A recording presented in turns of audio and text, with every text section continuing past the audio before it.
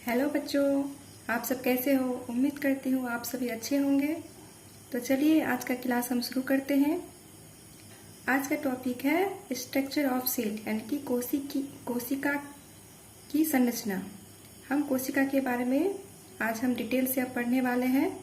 आज इस क्लास में हम पढ़ेंगे कोशिका झिल्ली के बारे में, कोशिका भित्ति के बारे में और जीवद्रव्य के बारे में। तो देखो बच्चों, कोशिका के अध्ययन के सुविधा अनुसार हम इसको 3 भागों में बांट सकते हैं।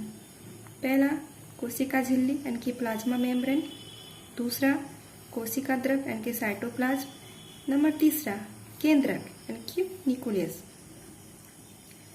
Number 1 plasma membrane. Cell membrane, इसको सेल मेम्ब्रेन भी कहते हैं।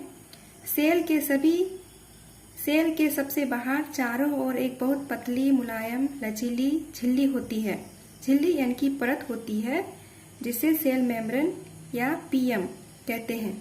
प्लाज्मा मेम्ब्रेन को शॉर्ट में पीएम भी लिख सकते हैं।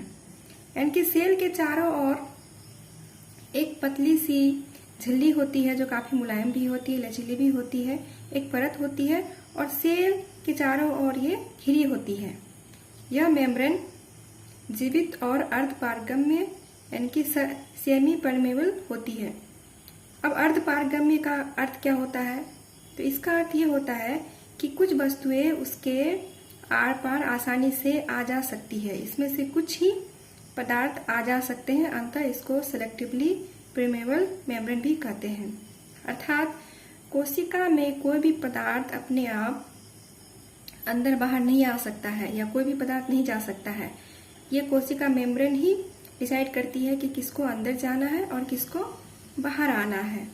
इसलिए इसको सिलेक्टिवली परमेबल मेम्ब्रेन भी कहते हैं कि वो सिलेक्ट करती है कि किसे अंदर जाना है और किसे बाहर जाना है।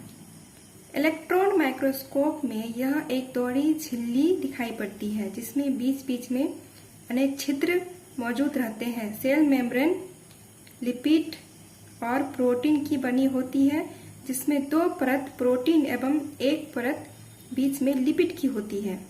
अगर हम इलेक्ट्रॉन माइक्रोस्कोप से सेल मेम्ब्रेन को देखें, प्लाज्मा मेम्ब्रेन को देखें तो ये एक डबल लेयर यानी कि दोहरी परत की मालूम पड़ती है जो बीच बीच में अनेक छिद्र मौजूद होते हैं उसमें, और यह लिपिड और प्रोटीन की बनी होती है। इसमें 2 परत प्रोटीन और 1 परत बीच में लिपिड की होती है, जैसे प्रोटीन, फास्फोलिपिड यानी कि लिपिड और प्रोटीन। यह 75 यानी कि 75 एंगस्ट्रॉम मोटी होती है। प्रोटीन 20 एंगस्ट्रॉम की हो सकती है, फास्फोलिपिड 35 एंगस्ट्रॉम की हो सकती है और प्रोटीन 20 एंगस्ट्रॉम की हो सकती है। तो अभी हमने क्या समझा कि कोशिका के चारों ओर एक पतली सी परत होती है जिसको हम प्लाज्मा मेम्ब्रेन कहते हैं। तो आइए देखते हैं कि इसके क्या क्या कार्य हैं।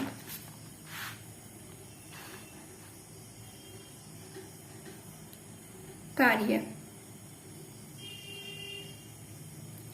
यह सेल को एक निश्चित आकार प्रदान करती है। मतलब ये सेल को एक निश्चित आकार देती है ताकि वो एक निश्चित आकार में ही स्थिर रहे, उसका साइज इधर उधर मतलब ज्यादा नहीं हो। यह सेल को यांत्रिक सहारा प्रदान करती है। यह भिन्न भिन्न प्रकार के अणुओं को बाहर निकलने व अंदर जाने में नियंत्रण करती है। कोशिका में मैंने बताया कि यह प्लाज्मा मेम्ब्रेन ही डिसाइड करती है या आदेश देती है कि कौन अंदर जाएगा और कौन बाहर जाएगा। अगर वो ऐसा काम ना करे तो कोई भी जीवाणु, कोई भी रोगाणु या बैक्टीरिया या कुछ भी ऐसे अवांछनित पदार्थ जो कोशिका के अंदर नहीं जाने चाहिए वो कभी भी कोशिका में प्रवेश कर जाएंगे। इसलिए उसको किसी भी पदार्थ के अंदर जाने और आने में यह उसको नियंत्रित करती है। एनिमल सेल में सीलिया या फ्लैजेला जो होते हैं उसके निर्माण में सहायक होती है और सेल के भीतरी संरचनाओं का बचाव करती है। यह एक परत है जो सेल के भीतरी संरचनाओं का एक सुरक्षा कवच की तरह कार्य करती है। अब आते हम सेल भित्ति। कोशिका भित्ति, सेल भित्ति या सेल वॉल जिसको हम कहते हैं, यह सिर्फ पादप कोशिकाओं में ही पाई जाती है। अभी हमने आगे पढ़ा कि प्लाज्मा मेम्ब्रेन जो है वो दोनों में ही पाई जाती है, एनिमल में भी और प्लांट सेल में भी। लेकिन जो कोशिका भित्ति होती है वो सिर्फ और सिर्फ पादप कोशिका में ही यानी कि पेड़ पौधों में ही पाई जाती है। प्लांट सेल चारों ओर से एक मोटे और एक कड़े आवरण द्वारा घिरी होती है। इसी आवरण को सेल वॉल कहते हैं।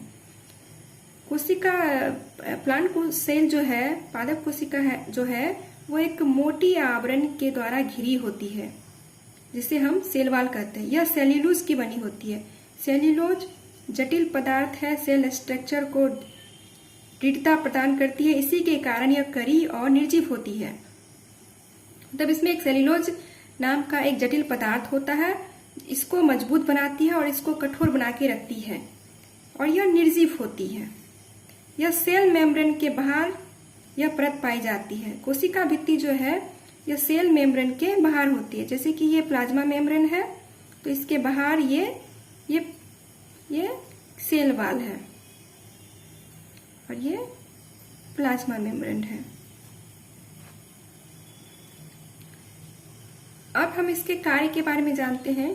कोशिका को दृढ़ता एवं निश्चित रूप देना, प्लाज्मा मेम्ब्रेन एवं सेल के भीतरी अंगों को सहारा एवं सुरक्षा प्रदान करना, सेल को रोगाणुओं से बचाना और सेल को सूखने से बचाना।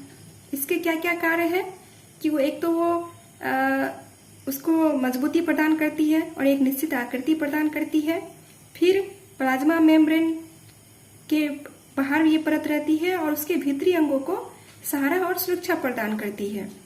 क्योंकि प्लाज्मा मेम्ब्रेन काफी मुलायम लचीली होती है, लेकिन सेल वॉल क्या होती है, काफी कठोर होती है और काफी मजबूत होती है। सेल को रोगाणुओं से बचाती है, यानी कि पादप कोशिका को यह जो सेल वॉल है ये रोगाणुओं से, जितने सारे बैक्टीरिया, वायरस या जो भी रोगाणु है उससे बचाव करती है और सेल को सूखने से बचाती है। अब हम बात करते हैं कि आखिर सेल वॉल प्लांट सेल में क्यों पाया जाता है, हमारे में क्यों नहीं पाया जाता है। आप किसी पेड़ को देखिए, पौधे को देखिए, उसकी बॉडी में और हमारी बॉडी में क्या अंतर है।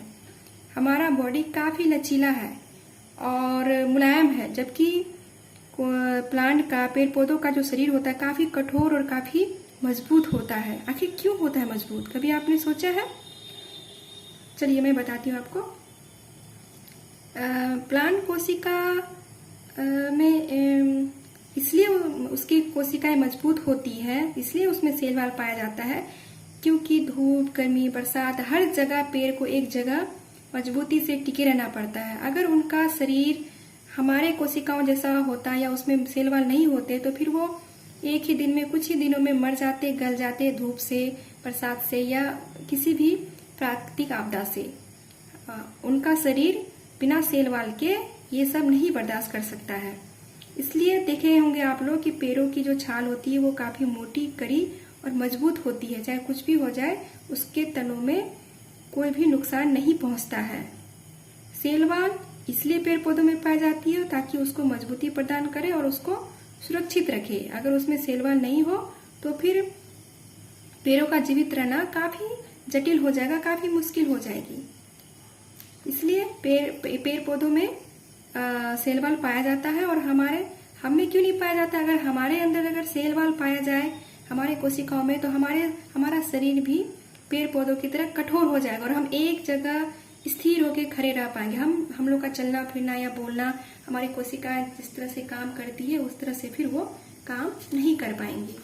तो ये अंतर है कोशिका प्लांट सेल में और एनिमल सेल में, कि उसमें एक सेल वॉल प्लांट सेल में पाया जाता है और एनिमल सेल में नहीं पाया जाता है। अब हम दूसरा पॉइंट है हमारा जीव द्रव्य यानी कि प्रोटोप्लाज्म। यहाँ हम देख रहे हैं कि ग्रीक वर्ड या लैटिन वर्ड का प्रोटो से बना है फर्स्ट यानी कि प्रथम। प्लाज्मा का अर्थ होता है समथिंग फॉर्म यानी कि किसी पदार्थ का निर्माण या बनना। यानी कि जब जीवन का विकास हो रहा था, जो उस वक्त जो प्रथम पदार्थ का निर्माण हुआ था उसको प्रोटोप्लाज्म कहते हैं। हेक्सले नाम के वैज्ञानिक ने बताया कि जीवद्रव्य जीवन का भौतिक आधार है, फिजिकल बेसिस ऑफ लाइफ। पुरकिंजे ने सर्वप्रथम प्रोटोप्लाज्म शब्द का प्रयोग किया था। रासायनिक दृष्टि से जीव द्रव्य कार्बनिक एवं अकार्बनिक पदार्थों का जटिल मिश्रण है। कार्बोहाइड्रेट जीव द्रव्य का आवश्यक भाग है। जीव द्रव्य में सब अधिक मात्रा में कार्बोहाइड्रेट पाए जाते हैं। सेल वॉल को तथा रसधानियों को छोड़कर जीव द्रव्य के अंदर सेल मेम्ब्रेन तथा सेल की सभी रचनाएं आती है, जैसे कि साइटोप्लाज्म के इसमें माइटोकॉन्ड्रिया, गोल्जी बॉडी और सेंट्रोसोम वगैरह जितने सारे हैं, इंडोप्लाज्मिक रेटिकुलम, राइबोसोम, ये सारे जितने सारे सेल रचनाएं हैं ये सभी इसके अंतर्गत आती हैं। जीव द्रव्य को दो भागों में बांटा गया है, एक है कोशिका द्रव्य और एक है केंद्रक द्रव्य। कोशिका द्रव्य क्या है और केंद्रक द्रव्य क्या है, अब हम आगे की क्लास में इसके बारे में हम डिटेल से चर्चा करेंगे। आज के लिए बस बच्चों आज इतना ही। खुश रहिए, स्वस्थ रहिए और मास्क हमेशा लगा के रखिए। धन्यवाद।